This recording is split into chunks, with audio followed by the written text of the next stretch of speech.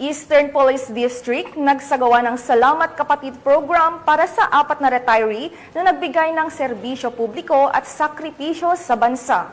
Ang magandang balita ay hatid ni Patrolwoman Jenny May Dolor.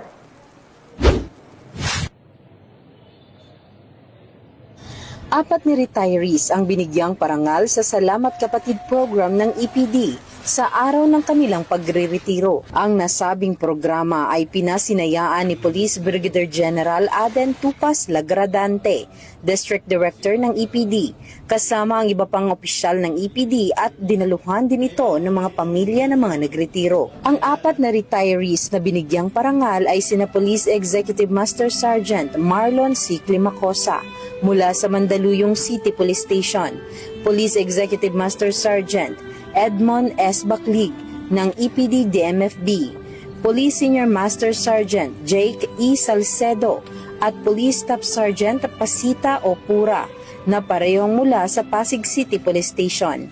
Iginawa din sa kanila ang matatanggap nilang mga benepisyo sa ilang taon nilang pagsiserbisyo at sa karangalang batid hindi lamang sa Eastern Police District, kundi maging sa buong organisasyon ng PNP. Nagbigay naman ng kanyang mensaheng pasasalamat si Police Executive Master Sergeant Marlon C. Climacosa sa karangalang makapaglingkod sa bansa at sa mamamayan bilang alagad ng batas. Kanyang ipinaabot ang taos-pusong pasasalamat sa mahigit 28 years niyang pagsiserbisyo sa PNP na siyang nagsilbing pangalawa niya ng tahanan at pamilya. Masaya dahil natapos na rin yung aking pagsiserbisyo sa ating bayan. Sa halos 3 dekada, ibinigay ko ang aking buhay para sa pagtatrabaho, para maglingkod sa ating mga mamamayan. At siyempre, masaya dahil makakapiling na ako ng aking pamilya. Pag ikaw kasi ay nasa police service, talagang andyan yung dedikasyon mo lagi sa pagpasok. May mga times na kailangan ka sa inyong tahanan pero wala ka. Salamat naman at yun ay naiintindihan ng aking may bahay.